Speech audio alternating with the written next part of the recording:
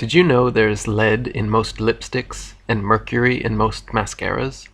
Did you know that cancer-causing phthalates, banned from use in children's toys, are one of the most common ingredients in many skin products? Did you know the FDA has no regulatory control over cosmetics companies and allows them to decide their own safety standards? They don't even have to fully label ingredients. Hey there, ladies! It's time to play that game that you already play every day. Try to look pretty without poisoning yourself. Meet Jackie. She's a working mom who feels her ordinary looks need all the help they can get. Hi, Bob. Okay, Jackie, let's see if you can find a cosmetic product that doesn't contain toxins and cancer-causing chemicals. Geez, can you give me a hint? Sorry, cosmetic companies don't always have to tell you if they contain toxins. What? That's just the way the game works here. And it's how the game is played for you ladies playing along at home. Go, Jackie, you lose. You poisoned yourself. That lipstick contains lead. In fact, all these cosmetics contain cancer-causing chemicals. You mean I didn't even have a chance? Sorry, sister. That's just the way you play. Try to look pretty without poisoning yourself. It is hard to believe, but it is a fact that experts say is becoming increasingly clear. Most mainstream cosmetic and personal care products contain at least one hazardous chemical compound, and many contain far more than that. There are between 5,000 and 10,000 ingredients currently being used in everything from eyeliner and lipstick to shampoos and deodorants that are synthetic, unnatural, man-made chemical compounds. Many of these are assumed to be safe, but many more have been tested and proven to be dangerous and toxic. The National Institute of Occupational Safety, for example, has identified almost 900 personal care chemicals that are toxic in one way or another. Some cause cancer. Others cause hormone disruption. Some are neurotoxins. Others cause organ damage. In Europe, 1,100 of these dangerous materials have been banned from consumer products. In America, only 10 have been banned. In a 2006 EWG study, they analyzed the umbilical cord blood of hundreds of newborn infants and found an average of 300 toxic synthetic chemicals in every baby tested. This means that these mothers' bloodstreams were so full of man-made chemicals from their food, water, air, pills, vaccines, and skin products that they're transmitting these hundreds of toxic, unnatural chemicals into the fresh blood of their newborns. In 2008, EWG performed another study on 20 U.S. teenagers who used chemical cosmetics. All of the girls tested positive in their bloodstream for over a dozen known toxic chemicals used in their cosmetics. This means, of course, as any dermatologist will tell you, that what goes on your skin goes into your body and stays there. Chemicals in lotions, soaps, moisturizers, deodorants, shampoos, gels, sunscreens, creams, dyes, nail polish and removers, perfumes, colognes, foundations, blushes, eyeshadow, eyeliners, mascaras, and lipsticks don't just get washed away. Over 70% of what touches our skin is absorbed into our bodies. The average American woman absorbs and gains 5 pounds of personal care products every year. Former Miss America Susan Jeske has been on a mission to alert the world to the dangers of cosmetics since she had severe health issues resulting from the toxic synthetic chemicals in her skincare and beauty products. She now travels around the US and the world talking about these issues.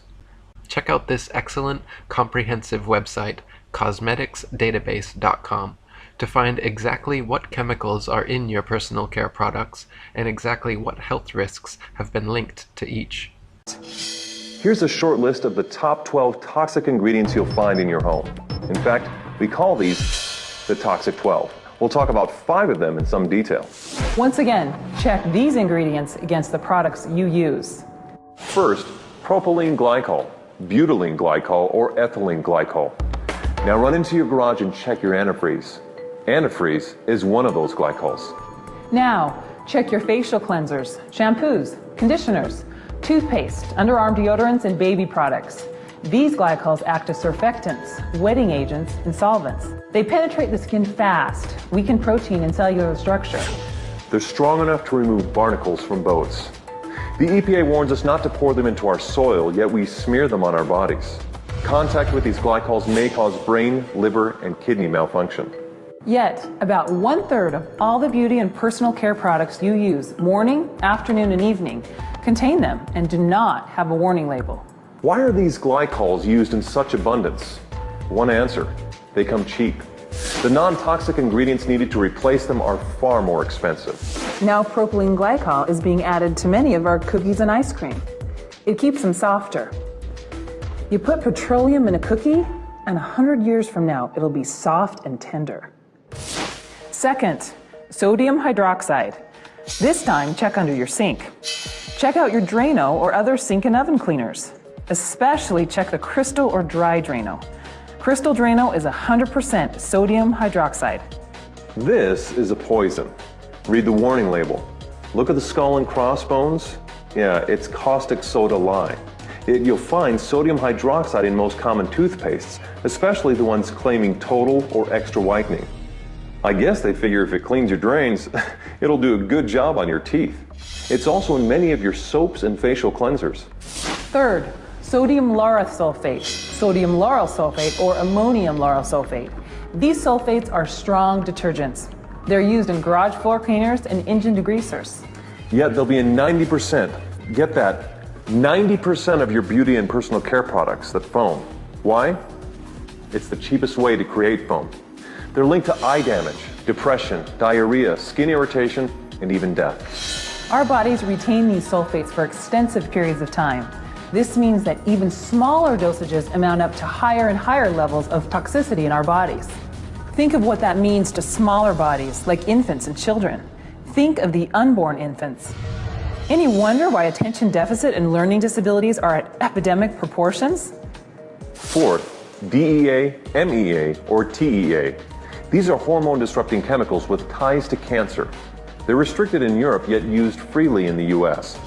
The EPA says that repeated applications result in major increases in liver, breast, and kidney cancer.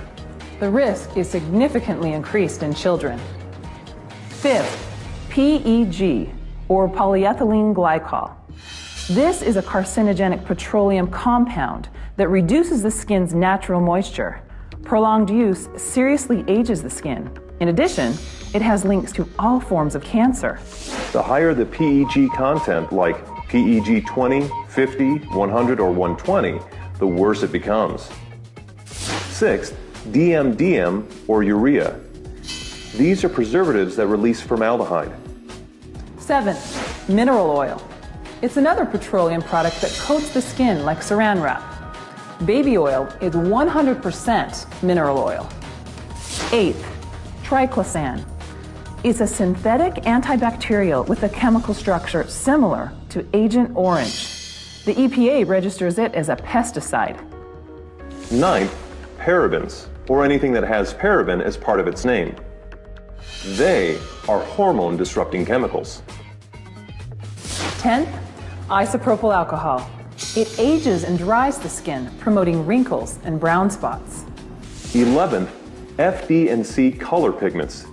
These are synthetic colors from coal tar. They score the highest mark on the toxic scale. 12th, fragrances.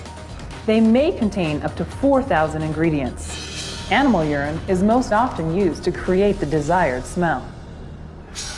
Well, those are the toxic 12. There's another 100 or so that should receive dishonorable mention. Additional toxicity information can be found at safecosmetics.org. Check it out. By the way, guess which occupational group has the youngest death rate? You probably guessed it. Cosmetologists. That's obviously due to increased exposure to these chemicals. Just an FYI, lawyers have the next youngest death rate. You can figure that one out for yourself. You might be asking why this is allowed to take place. Easy answer. In 1938, the cosmetic industry was granted self-regulation. Nothing has changed. Since that time, we have 25,000 chemicals marketed without government intervention, regardless of what the tests show. This is probably a good place to warn you about companies who claim their products are safe. They'll tell you not to panic, that they use food-grade or cosmetic-grade glycols, sulfates, solvents, or parabens. They'll tell you how mild they are and that the critics are going overboard. It's the same thing some said years ago about smoking. Smoking can't hurt you. Smoking's not a threat to health. Well, that certainly wasn't true. A few years from now, additional information will show that these same toxic products cause a threat, just like cigarettes and smoking. Women use nearly 200 toxic ingredients daily in their routine, and men use nearly 100. These toxins, even in mild forms, mount up, stay in our bodies, store in our cells, and break down our immune system. Can I tell you, I love my Pantene Pro V. Of the dozen or so personal care products that I use every day, it's the one I can't live without. Says it gives my dull hair the ultimate cool shine. How does it do that? I was wondering that while I was lathering it in my hair one day, so I read the ingredients right here. Sodium lauryl sulfate, tetrasodium EDTA, methyl isothiazolinone. What is this stuff? I took this list to some scientists who know how to read it. Turns out my Pantene contains a chemical linked to cancer. And lots of other products in my bathroom, from sunscreen to lipstick and even baby shampoo, also contain chemicals linked to cancer or other problems like learning disabilities, asthma, and even damaged sperm. Like most parents, I try to keep my family safe. But now I find out my bathroom is a minefield of toxins? What are we supposed to do? I had my body's toxicity levels tested, and I'm loaded with things like mercury, flame retardants, triclosan, and lead. We all are. Even babies are being born pre-polluted. Now, I know we can't live in a lead-free world, but do we have to put lead in our lipstick? I don't know. Maybe it's my fault. Maybe I just bought the wrong thing. At the store, the choices seem endless. I can get lipstick in 49 shades, or shampoo for hair that's too dry, oily, fine, limp, or frizzy. But what about the choices that really matter, like the choice to buy products that are safe? It turns out the important decisions don't happen when I choose to take a product off the shelf. They happen when companies and governments decide what products should go on the shelves. So who are these companies? This is Procter & Gamble. They're the ones offering me Herbal Essences, the #2 shampoo in the country. It contains toxic petrochemicals made from oil. Since when is oil an herb? On cosmetics labels, words like herbal, natural, even organic have no legal definition. That means that anybody can put anything in a bottle and call it natural, and they do. I mean, can you imagine a top seller called Petro Essences? Gross. What's even nastier are hair relaxers marketed to 5-year-olds and skin whitening creams. These are super toxic, both in their ingredients and in the message they send about what beauty is. Ooh, here's Estee Lauder offering me a chance to help find a cure for breast cancer. That's nice. But wait, they're also using chemicals linked to cancer. Don't you think the best way for Estee Lauder to fight cancer is to stop using those chemicals in the first place? Today, big cosmetics companies say the doses of poison in their products are small enough to be harmless. Yeah, maybe if you use them once a year. I guess they never get out and see that their products are being used and combined with other products every day. A little toxic dose under your arms, a little more on your hair, on your lips. And workers in nail and hair salons get dosed all day long. So the industry is used to doing things this way, and they can. Because even now that scientists have linked the chemicals they're using to all sorts of problems, there are no laws to get rid of them. You're thinking, really? Come on, nobody's making sure that the stuff we smear all over our bodies is safe? Nope. The FDA doesn't even assess the safety of personal care products or their ingredients. Since 1938, they've banned just 8 out of over 12,000 ingredients used in cosmetics. They don't even require that all of the ingredients be listed on the label. Now, this is an example where we can all agree a little more government action would be helpful. This lack of regulation leaves a huge hole that the cosmetics industry is all too happy to fill. They set up their own committee to self-police their products, and compliance with their recommendations is voluntary. So the cosmetics industry is making the rules and then deciding whether or not to follow them. So you see, it isn't our fault that these toxic products are in our bathrooms. It's a whole broken system that's ignoring the simple rule: toxics in, toxics out. But we're not helpless. There are resources online that we can use to protect ourselves by identifying the best possible choices in the store.